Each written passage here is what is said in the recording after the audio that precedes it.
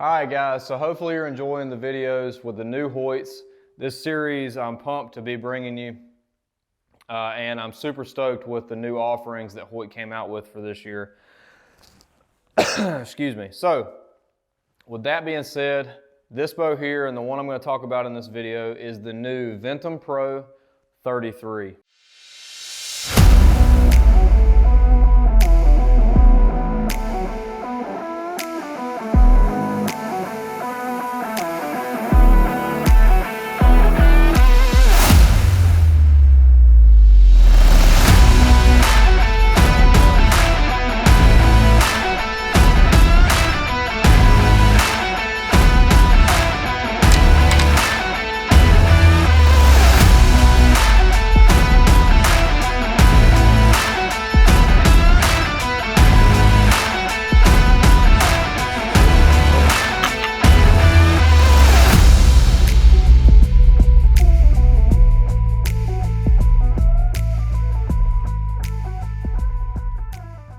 Alright, so like I spoke about on the regular Ventum Pro, the 30-inch axle-to-axle bow, this is the aluminum offering for their flagship bows from Hoyt for this year. And this one here is going to be a top seller, I think, as well. Maybe not quite as high as I think that my personal opinion is that the Carbon 34, the Ultra, that's going to be the top seller. And then I think right in line with that is probably going to be the Ventum Pro 30. Followed by probably the Ventum Pro 33 and then the the RX-7 30-inch axle-to-axle bow. And that's, well, that is my prediction based off of how I like the shots on these bows. I wasn't impressed with the regular RX-7 30. It shot good, but it wasn't just like, you know, awesome. Whereas so far with these other three bows, I've been very impressed with them. So, like I said, Ventum Pro 33, let's talk about some specs and what I shot as far as speeds go. So, Ventum Pro 33, 334 on the speed, 33 inches axle to axle, 6 3/8 on the brace height. Very, very similar to the RX-7 Ultra, which is also 334. You got a 34-inch brace height, or 34 inches axle to axle, 7 inches on the brace height. So they're very similar in size and speed. 4.67 pounds, so it is a little bit heavier, but it's not. It's on par with other bows in this in this axle-to-axle size. It's very similar to other brands and other bows offered. 26 inches to 31 inches on the draw, and then 40 to 80 pounds on the available draw weights. So, I shot this bow at 70.3 pounds. I shot it at 30 inches and at 27 1/4. Which, like I spoke on the Ultra, for some reason, the longer axle-to-axle bows this year from Hoyt are drawing slightly shorter than what they say. So in their 30-inch bows, I'm having to shoot 27 inches on the draw. In their longer bows, for whatever reason, 27 1/2 feels perfect on their draw setting, but it's actually drawing 27 1/4, which is just slightly lower than what I actually measure, and it fits me perfectly. So, I shot at 30 inches and I shot at 27 1/4.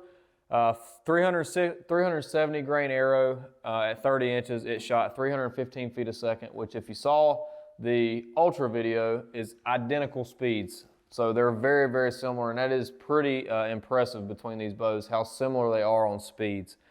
So I shot 315, and then with my hunting arrow at 456, I shot 266, which is this is the biggest difference, and I'm not sure why it is. If maybe this bow is just slightly more proficient with a heavier arrow at a shorter draw length. I shot 266 consistently, and I tried this multiple times to get this thing to change, and it was 266, 267, 266, which is quite a bit faster than I shot in the Ultra. And that was really the only variance. If you look at these specs on the board, that shot was the only variance between these two. And I tried getting those numbers to change, and they were very consistent. So I'm pretty sure it's right. It's within at least a couple feet a second. So that's what I got for speeds. I wanted to bring y'all the shot at 30 inches. Like I said earlier in one of the videos, I had a lot of questions why I shoot these bows at such a short draw length, and that's just because that's what my draw length is. And that's where I feel comfortable giving you a good, honest review about the bow. Now, keep in mind, all these bows that when I drew them at 30 inches, they were a good bit different on the way the draw cycle and everything felt. So if you are a longer draw length kind of guy, come check, and even if you're not, come shoot these bows for yourself. You won't be sorry that you did.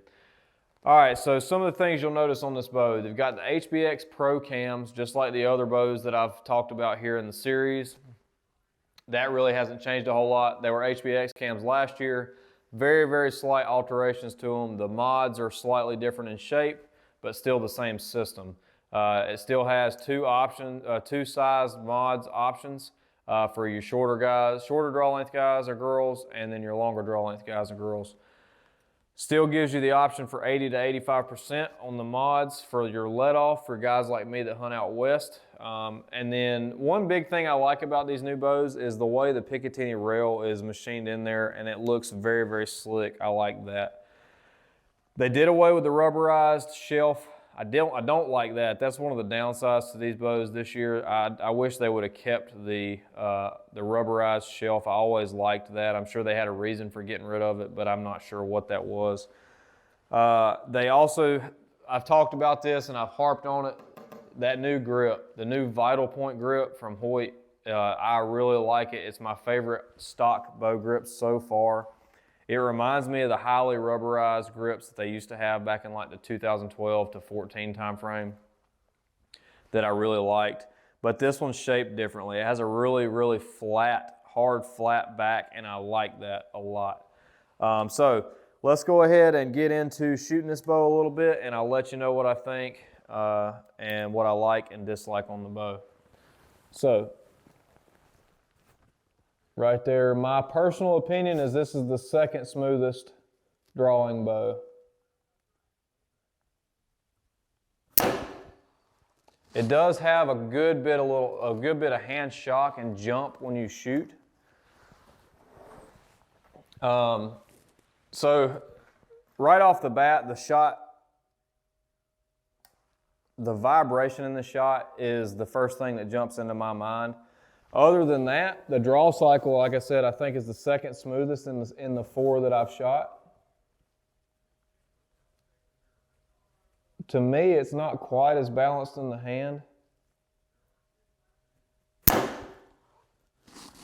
I think the Ultra, followed by the Ventum Pro 30, followed by this bow, then followed by the RX-7. I think that's kind of the order in which I think they feel the most balanced in my hand. This bow is by no means badly balanced. It's just not quite as balanced, if you know what I mean. So like I said, draw cycle, still slightly stiff on the front, just like the standard Hoyt draw cycle. And then it gets much smoother as you draw back. It's not quite as smooth as the Ultra, but it's very similar to it.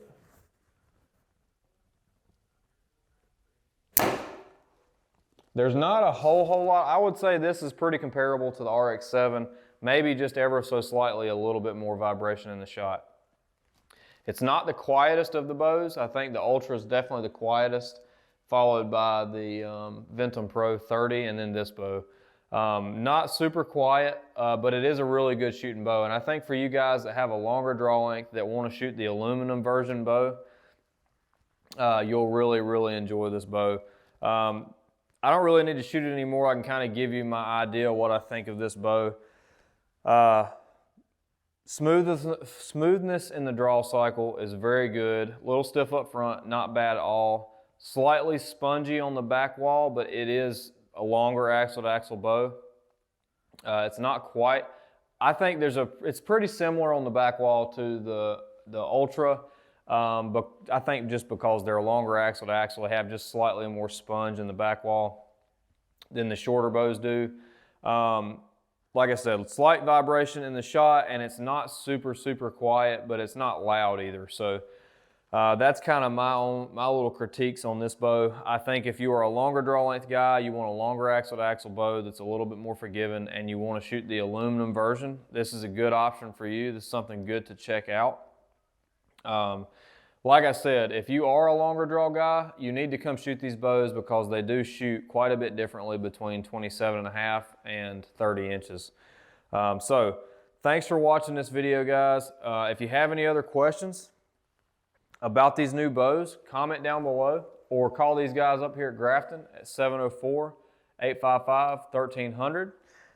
If there's anything I can't answer, I'm sure these guys can. And if you have anything that you want to ask me, or if you just want to talk about the channel, what you want to see, what you don't like, what you like, comment down below and let me know. Please like and subscribe if you haven't already.